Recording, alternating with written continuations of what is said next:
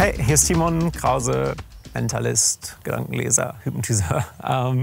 Ich zeige euch heute eine Technik. Die Technik heißt Director's Cut und wird benutzt, um eure Phobien zu überwinden. Ich gebe euch hier so ein bisschen die Kurzversion, aber ich hoffe, ihr habt was dran. Wenn wir eine Phobie haben, ist das ganz große Problem bei der Angst oft, dass die Emotion undefiniert ist. Dass wir also irgendwie eine Emotion haben, die im Raum steht, die wir fühlen, mit der wir aber nicht so richtig was anfangen können. Die Director's Cut-Technik basiert darauf, dass wir die Angst erstmal definieren und in ein Bild verpacken, was wir danach manipulieren können. Und sobald wir dieses Bild manipulieren, weil das Bild mental für unsere Emotionen einsteht, manipulieren wir auch unsere Emotionen. Ich gebe euch ein Beispiel. Gehen wir davon aus, dass ich große Angst vor Spinnen hätte. Sage ich, okay, ich habe irgendwie eine große Spinnenangst. Ich muss erstmal dafür sorgen, dass ich diese Angst in ein Bild veräußerliche. Ich kann sagen, okay, wie stelle ich mir die Angst vor? Ich fange an, mir zu überlegen, aus welchem Punkt im Raum die Angst kommt. Vielleicht sage ich, die Angst kommt von vorne, gefühlsmäßig. Ich kann es einfach auf Gefühl machen. Oder die Angst kommt von oben oder von hinten oder von der Seite oder sogar von innen drin. Überlegst du, wo die Angst herkommt? Sagen wir, in diesem Fall ist die Angst gefühlsmäßig vor mir.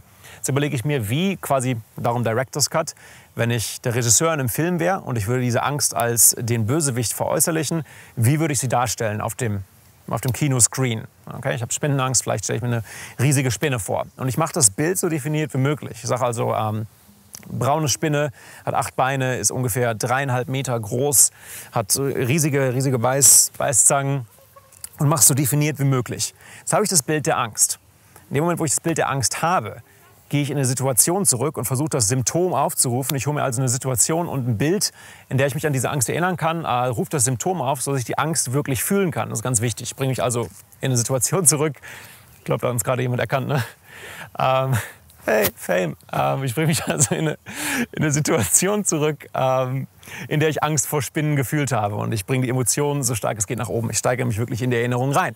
In dem Moment, wo ich die Angst fühle, indem ich mich in die Erinnerung reinsteigere, rufe ich mir dieses Bild vor Gedanken und ich veräußerliche die Emotion. Ich sage jetzt, okay, zack, die Angst, die ich jetzt spüre vor der Spinne, veräußerliche ich. Hier sehe ich die große Spinne und ich stelle sie mir genauso vor, wie sie ist.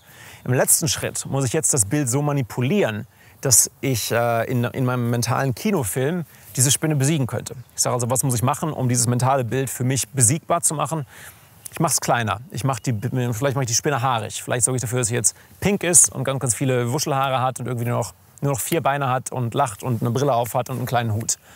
Und in dem Moment werdet ihr schon merken, dass wenn ihr diese Technik ausprobiert, dass eure Emotion, in dem Moment, wo ihr das Bild verändert, weil das Bild mental für eure Emotion einsteht, eure Emotion sich verändert.